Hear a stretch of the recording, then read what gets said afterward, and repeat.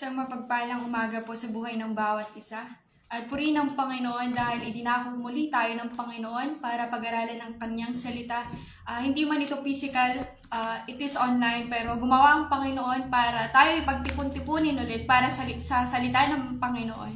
At sa pag-aaral ng salita ng Panginoon sa araw na ito po ay nanggagaling sa Door of Faith Church, Tanzi, Taiwan, sa pangunguna po ng ating Pastora Novelyn Flores, under supervision of Pastora Neverisa Mazareto. At bago po tayo dumako sa pag-aawitan sa salita ng Panginoon, tayo po muna ay umawit sa Panginoon, sambahin natin siya, papurihan natin siya, at awitin po natin ang tunay na Diyos.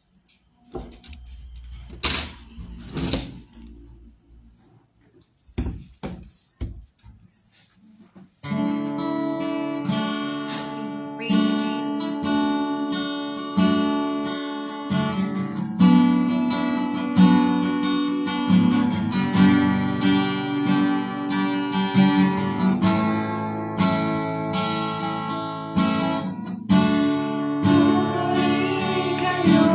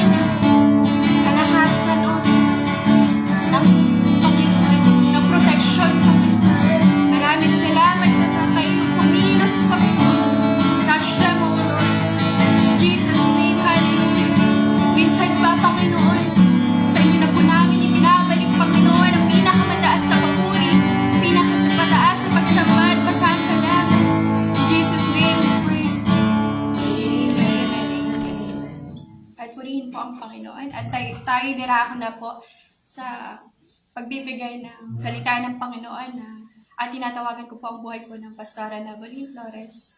Purihin po ang Panginoon sa kanyang buhay.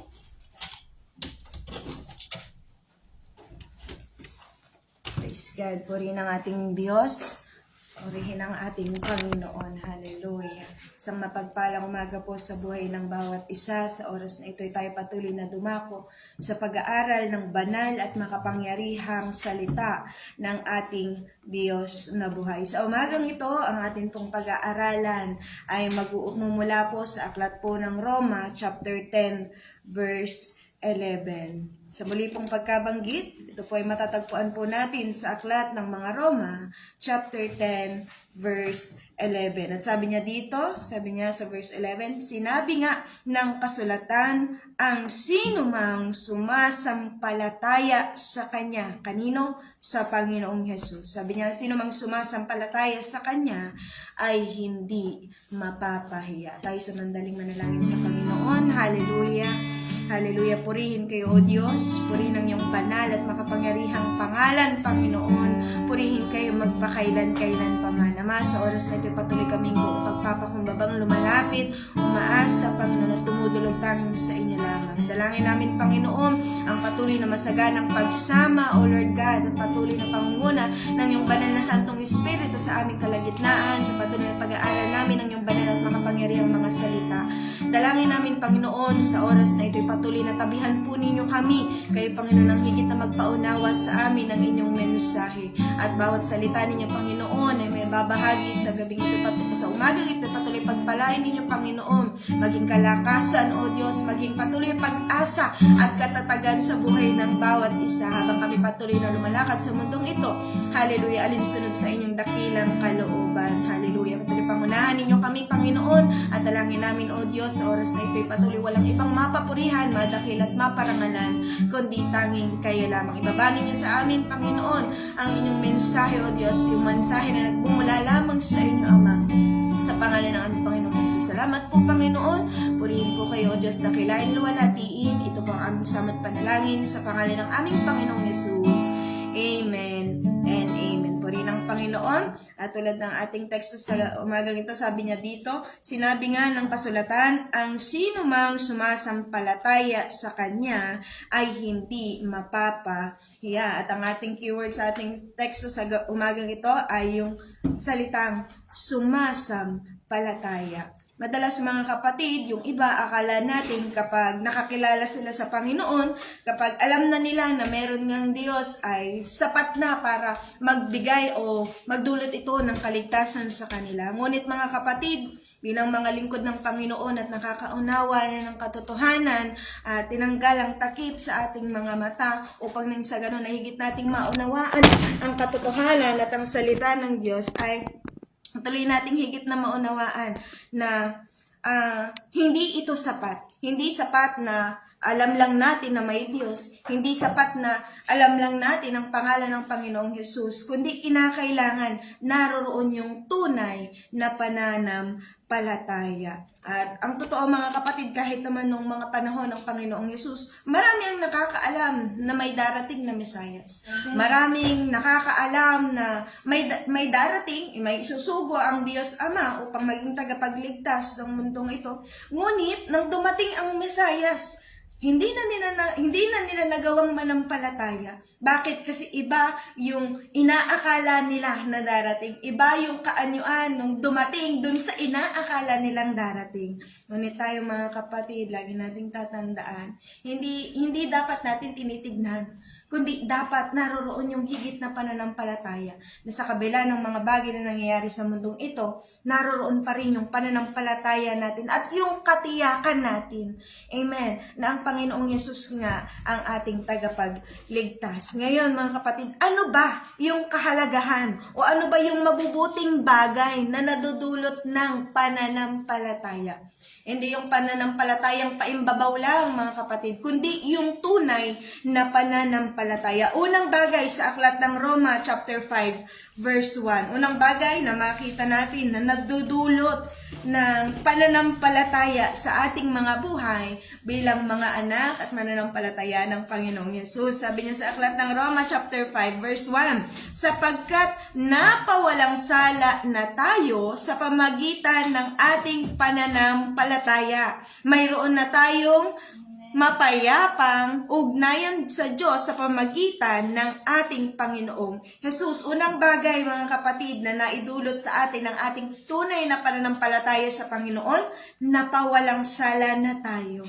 Amen. Napawalang sala na tayo sa lahat ng mga kasalanan na ating nagawa, sapagkat ito naman ang katotohanan, mga kapatid, na tayong lahat walang exempted sa bagay na ito. Sabi sa aklat ng Roma chapter 3 verse 23, ano sabi ng salita ng Diyos sa aklat ng Roma chapter 3 verse 23, sapagkat ang lahat ay nagkasala at walang sino mang nakaabot sa kalwalhatian ng Diyos. Mga kapatid, hindi naman tayo mapapawalang sala kung wala tayong kasalanan. Pero sinabi ng salita ng Diyos, lahat tayo nagkasala. Walang exempted sa bagay na ito. Mayaman man o mahirap, malakas man o mahina, sabi ng salita ng Diyos, lahat tayo nagkasala.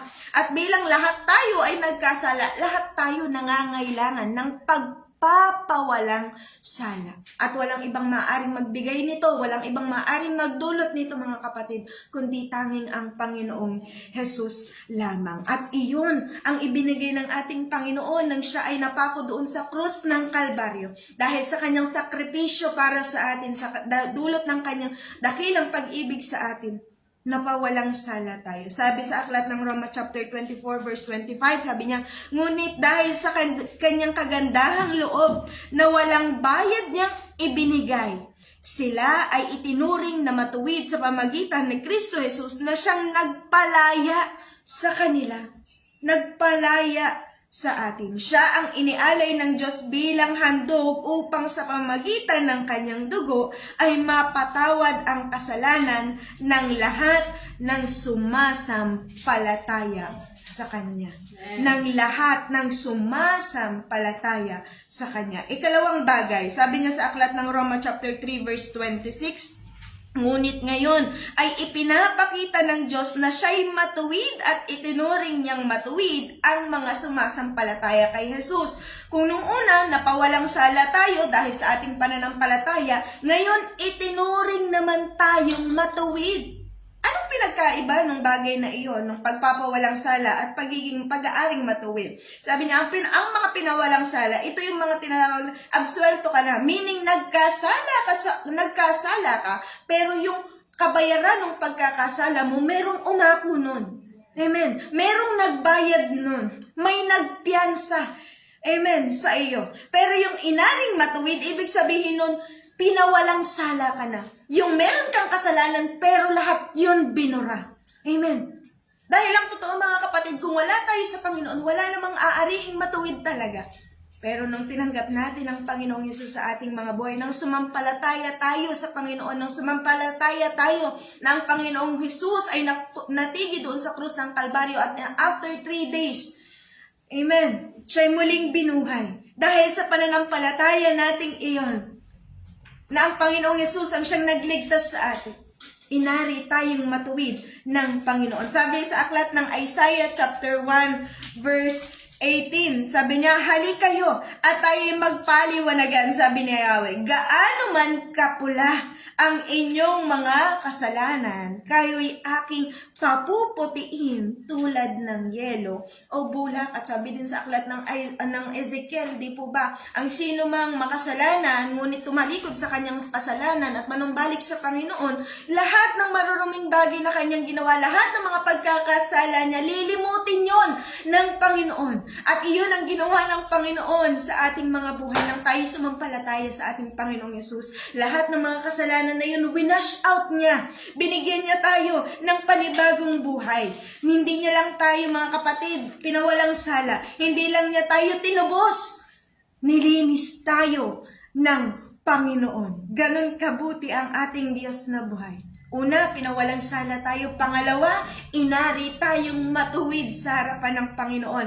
At pangatlo, sabi niya sa aklat ng John chapter 1 verse 12 to 13, Sa aklat ng John, chapter 1, verse 12 to 13, ano sabi ng salita ng Diyos? Sabi niya, subalit ang lahat ng tumanggap at sumampalataya sa Kanya ay binigyan niya ng karapatang maging anak ng Diyos. Sila ay naging mga anak ng Diyos, hindi dahil sa isinilang sila ayon sa kalikasan o sa kagustuhan o sa kagagawan ng tao, kundi ayon sa ganda, ayon sa kalooban ng Diyos. Kung nung una tayo pinawalang sala, tinubos sa ating mga kasalanan, pangalawa tayo inaring matuwid, nilinis ng Panginoon, pangatlo mga kapatid, hindi lang doon nagtatapos binigyan tayo ng karapatan ng Panginoon na kanyang maging mga anak.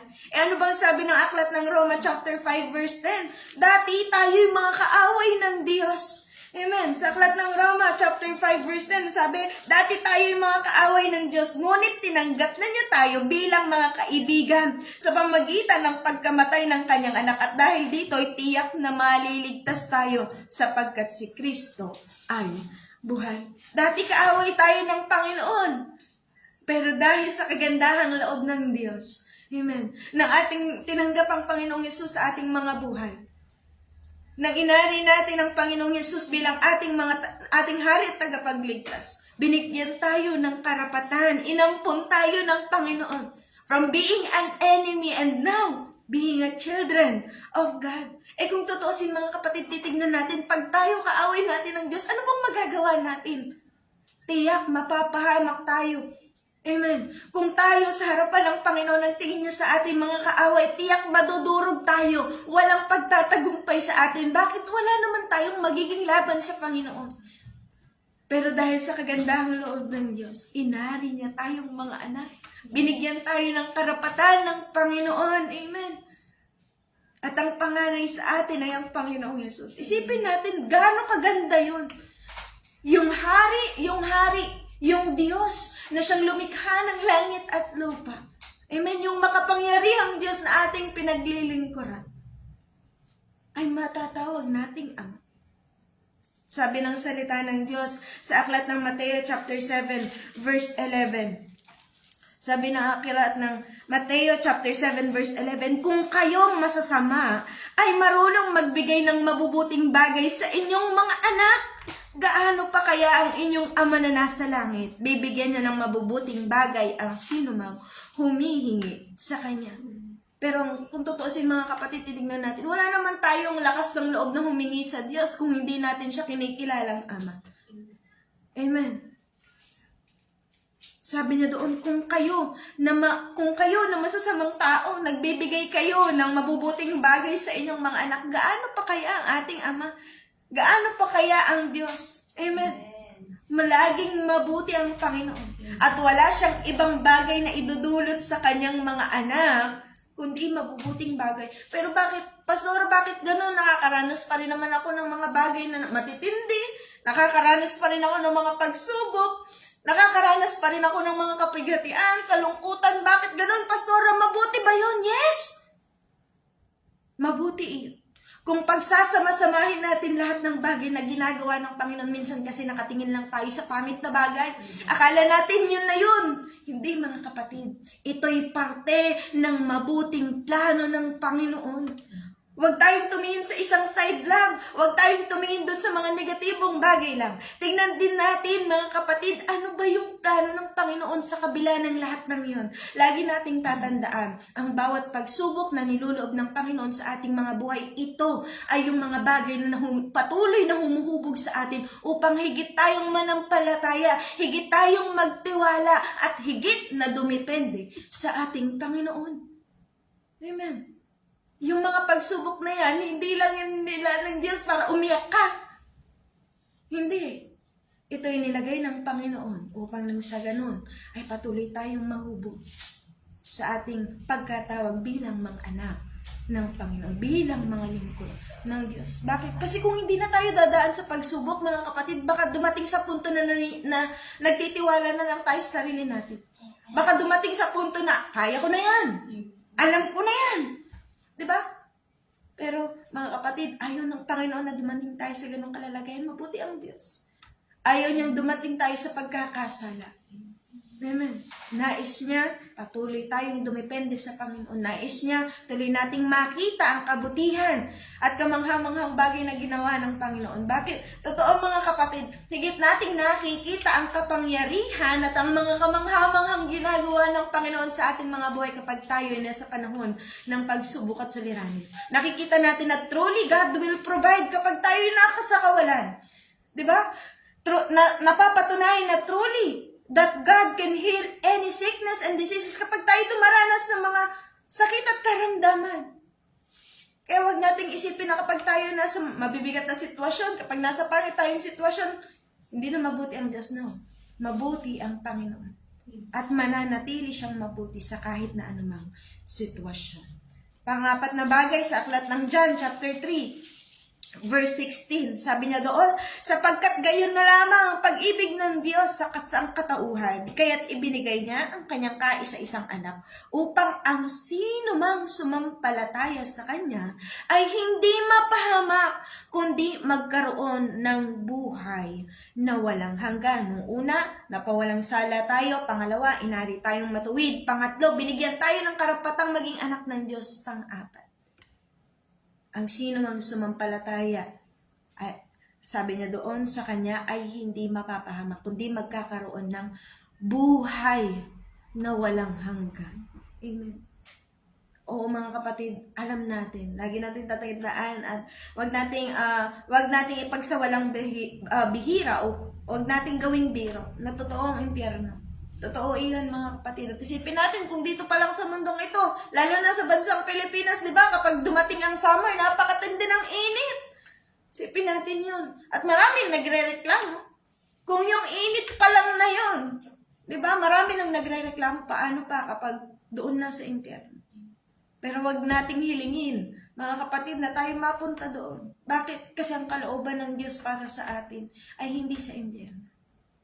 Ang impyerno ay nilaan ng Panginoon para sa mga anghel na tumalikod sa Panginoon. Kaya nga patuloy na gumagawa ang Panginoon ng kapamaraanan upang tayo makapanumbalik sa Diyos. Bakit? Kasi ang kalooban ng Panginoon tayo ay bumalik sa Panginoon. Lasapin natin, tanggapin natin yung gantimpala na inilalaan ng Panginoon para sa atin. Kaya nga kung tutuusin, kahit na napakaraming pagkakataon na maaaring gunawin ng Panginoon ng mundong ito, hindi pa niya ginugunaw. Bakit? Kasi binibigyan pa niya ng pagkakataon. Tayo na mga tao na tumalikod sa ating mga kasalanan at bumalik, manatili sa ating Panginoon. Amen. Napakabuti ng ating Diyos na buhay. Kaya nga ibinigay niya ang Panginoong Yesus Diba? Kaya nga ibinigay niya ang kanyang bugtong na anak, ang kaisa-isa niyang anak ng Panginoong Yesus. Para kanino? Hindi para sa mga matuwid, kundi para sa ating mga makasalanan. Sa aklat ng Lucas chapter 5 verse 32, sabi ng salita ng Diyos, sa aklat ng Lucas chapter 5 verse 32, sabi niya doon, hindi ako naparito upang tawagin ang mga matuwid, kundi ang mga makasalanan upang sila'y magsisi. Dumating ang Panginoong Yesus dito hindi para sa mga taong matuwid sa kanilang sariling paningin, kundi para sa mga makasalanan. At iyon tayo mga kapatid. Iyon tayo. Hindi natin pwedeng sabihin na hindi, wala akong kasalanan, matuwid ako. No. Baka sa akala mo lang. Pero mga kapatid, sa paningin ng Diyos, kung iisipin natin, titingnan natin yung katatayuan natin sa harap ng Panginoon. Lalong-lalo na nung mga panahon na wala tayo sa Panginoon, di tayo naglilingkod sa Diyos. Kikita talaga natin, napakarami natin. Napakarami natin. At hindi tayo karapat-dapat. Pero dahil sa dakilang pag-ibig ng Diyos, tayo minarapat ng Panginoon. At ang lahat ng bagay na iyon, ibinigay ng Panginoon sa atin. Nang walang bayad.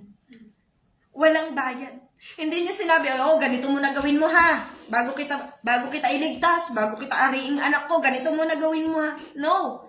Binigay niya ito ng libre. Kinakailangan mo lang gawin, sumampalataya ka lang. Amen. Iyon lang, mga kapatid. Ngayon, kung ito yung mga bagay na matatanggap natin dulot ng pananampalataya, gaano kahalaga ang pananampalataya, mga kapatid? Napakahalaga. Huwag natin itong ipagsawalang bahala. Napakahalaga. ng pananampalataya sa bawat isa sa atin. Bakit? Anong sabi sa aklat ng Hebreo chapter 11 verse 6? Without faith, it is impossible to please God. Kahit nagaano pa kadami yung gawin mo, amen. Kahit nagaano pa kadami yung awiting pagsamba, yung awitin mo, kahit na gaano ka pa katagal na sumayaw sa harapan ng Panginoon, kahit na gaano pa kadami yung salita na papuri na sambitin ng mga labi mo, kung wala yung tunay na pananampalataya sa puso mo, wala itong kabuluhan.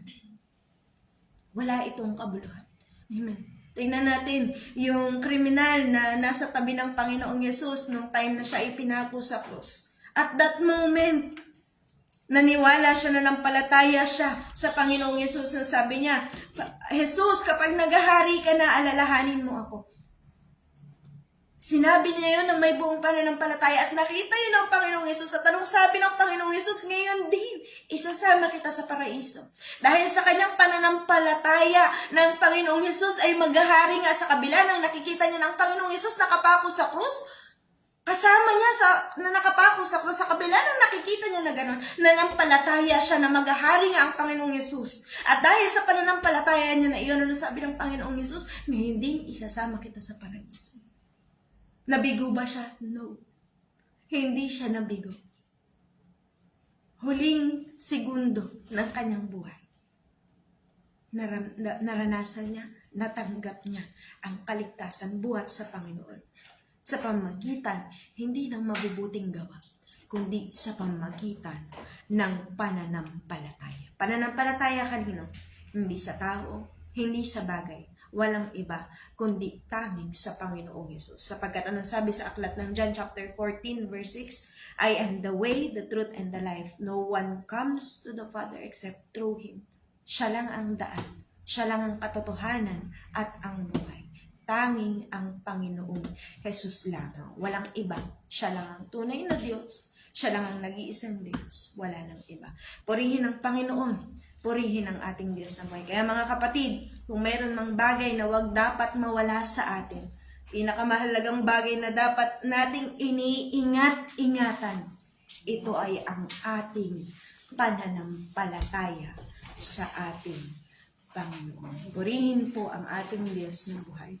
Purihin ang ating Panginoon. Hallelujah. Tayo patuloy na dumako sa pananalangin sa Panginoon sa oras na ito. Ating pakaselyuhan ang kanyang gawain sa umagang ito. Patuloy tayong magpasalamat sa Panginoon sapagkat patuloy niyang ipinapaunawa sa atin gaano kahalaga yung salitang pananampalataya. Gaano kahalaga na meron tayong dapat pananampalataya sa Panginoon.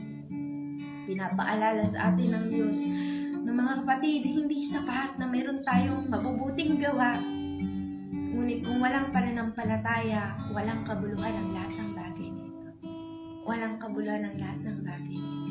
Kung meron man tayong unang-unang dapat na i-check, ito ay yung pananampalataya at relasyon natin sa Panginoon. Bago tayo gumawa ng maraming bagay, una nating i-check yung pananampalataya natin sa Panginoon. Naroroon pa ba? O baka gumagawa na lang tayo dahil kailangan? No. Hindi mga kapatid. Gumawa tayo dahil naroroon yung pananampalataya natin at pag-ibig natin sa Panginoon. Tayo patuloy na manalangin sa ating Diyos na buhay. Hallelujah. Purihin kayo, Panginoon. Purihin kayo, O Diyos. Purihin ang iyong banal at makapangyarihang pangalan, Jesus. Purihin kayo magpakailan-kailan pa man. Salamat po, O Diyos. Salamat, Panginoon, sa bawat salita ninyo na patuloy nagpapaalaala sa amin gaano kahalaga ang pananampalataya na mayroon kami. At kung ano yung mga bagay na idulot nito sa atin. Nang totoo, hindi lang ito maliit na bagay dahil ito ang lahat-lahat sa atin. Ang pananampalataya at relasyon natin sa inyo. Bakit? Dahil ito yung magdudulot sa amin ng kaligtasan. Ito yung magdudulot sa amin, Panginoon, ng karapatan na maging anak ninyo. Ito yung magdudulot sa amin, Panginoon, upang nang sa ganun tunay at lubusan kaming mapawalang sala sa aming mga kasalanan. Dahil yun naman ang totoo, Panginoon. Makasalanan kami. Ngunit dahil sa pananampalataya namin, Panginoon, na meron kami na tunay, O Diyos, ang Panginoong Yesus, ang siyang umako ng lahat ng aming mga kasalanan doon sa krus ng Kalbaryo. Napawalang sala at inari ninyo kaming matuwid sa inyong dakilang harapan. Salamat, Panginoon. Isipin namin, Panginoon, sino ba kami, Panginoon, para ibigay ninyo at iparanas ninyo ang lahat ng bagay ninyo. Ngunit tulad ng lagi ninyong sinasabi at pinapaalala sa amin, Panginoon, hindi nga dahil sa kung sino kami, kundi dahil sa kung sino kayo. Kayo ang Diyos na mahabagin. Kayo ay Diyos na mabuti. Kayo ay Diyos na tapat, Panginoon, at kailanman na hindi nagbabago, noon, ngayon, at magpakailanman. Salamat po. Salamat, O Diyos, sa inyong dakilang pag-ibig na inyong ibinuhos sa amin, Panginoon. Salamat sa inyong dakilang katapatan, O Diyos, na kahit kailan hindi nagbago, hindi nagmaliw, Panginoon, sa aming mga buhay. Salamat po, Panginoon. Hallelujah, hallelujah. Ama, sa oras na ito, tuloy kong tinataas sa inyo, O Diyos, at idinudulog ang buhay ng bawat lingkod ninyo, Ama, na naririto, nakikiis, O Panginoon, sa patuloy na pag-aaral, pakikinig ng iyong banal at makapangyarihang mga salita. Dalangin namin, Panginoon, sa buhay ng bawat isa, patuloy, Panginoon, tulungan ninyo kami, O Diyos. Hallelujah, na higit, Panginoon, na magsipaglalim sa aming pananampalataya sa inyo. Tulungan ninyo kami, Panginoon, na higit na magsipaglago sa aming pananampalataya sa inyo. Na kung sa ngayon, Panginoon, narito kami sa kalalagayan, O Diyos. Hallelujah. Na estado lang aming pananampalataya sa inyo, Panginoon. Dalangin namin, O Diyos, higit pa. More, Panginoon. More, O Lord God. Higit pa, Panginoon. Higit pa na pananampalataya. Higit pa na mas matibay na pananampalataya at relasyon sa inyo. Hindi sa pamamagitan ng aming mga lupa. Hindi sa pamamagitan ng aming mga lakas, Panginoon. Hindi sa pamamagitan ng tulong ninyo. Dalangin namin, Ama, hallelujah. Patuloy kayong magparanas sa buhay ng bawat isa. Tuloy kayo, Panginoon, na kumilos sa aming mga buhay. Tuloy buksan ninyo, Panginoon, ang aming mga espiritual na mga mata. Hallelujah. Upang nang sa ganun patuloy naming makita ang inyong mga kamangha-manghang bagay na ginagawa sa aming mga buhay. Hindi kami maituon, Panginoon, sa mga sitwasyon at kalalagayan lang namin. Hindi kami maituon lang, Panginoon, sa mga negatibong bagay na nangyayari sa aming mga paligid. Kundi, O Diyos, higit namin maituon ang aming paningin sa inyo at sa mga bagay na ginagawa ninyo sa aming mga buhay. Salamat po. Tuloy kong pinagpapala, O Diyos, ang buhay ng bawat lingkod ninyo na naririto, Panginoon. Hallelujah. Tuloy, O Diyos, punuin ninyo kami ng kagalakan at pag-ibig sa inyo habang patuloy na lumalakad alinsunod sa inyong dakilang kalooban. Patuloy, punuin ninyo kami ng pag-asa, Panginoon. Nasa kabila ng lahat ng mga nangyayari sa aming paligid, patuloy naming mapanghawakan yung pag-asa, Panginoon, ng lahat ng ito, O Diyos. Hallelujah. Papawiin ang lahat ng ito, Panginoon. Pagdating namin dyan sa inyong kaharian, sa piling ninyo, lahat ng to, yung pagsubok, yung bawat pagluha, yung bawat sakit, lahat ng ito ipapawiin ninyo. Pagdating ng takdang kapalaran. Salamat po. Salamat, O Diyos, sa bawat salita ninyo, Panginoon, na inyong itinahagi sa amin sa umaga. Dalangin namin, Ama, hallelujah, ng bawat salitang ito, hindi lamang namin mapakinggan, kundi sa tulong ng banal na Santong Espiritu na siyang nasa amin, Panginoon. Na patuloy namin itong mahakbangan, O Lord. Tuloy namin itong mapanghawakan at patuloy namin itong maingatan sa aming mga puso. Salamat po, salamat, O Diyos, hallelujah, sa bawat salita ninyo, hallelujah. Salamat, Panginoon, sa bawat pagkakataon na patuloy na ibinibigay ninyo sa amin. Salamat po, hallelujah, hallelujah. Dalangin namin, Panginoon, sa araw na ito, na araw ng linggo, Lord God, ano pa man yung bagay na aming gagawin, Panginoon. Hallelujah.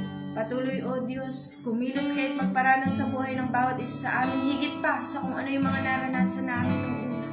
At dalangin namin, O Lord God, ang patuloy, Panginoon, na pagsama, pakikipis ang kaliwan ng iyong banal na Santong Espiritu sa buhay ng bawat isa, sa pangalan ng aming Panginoon Jesus. Patuloy namin pinakasaselyuhan, O Diyos, ang inyong gawain sa umagang ito, ng banal na dugo ng iyong anak na si Jesus, ng bawat bagay, Panginoon, bawat pagpapalang aming natanggap, O Diyos.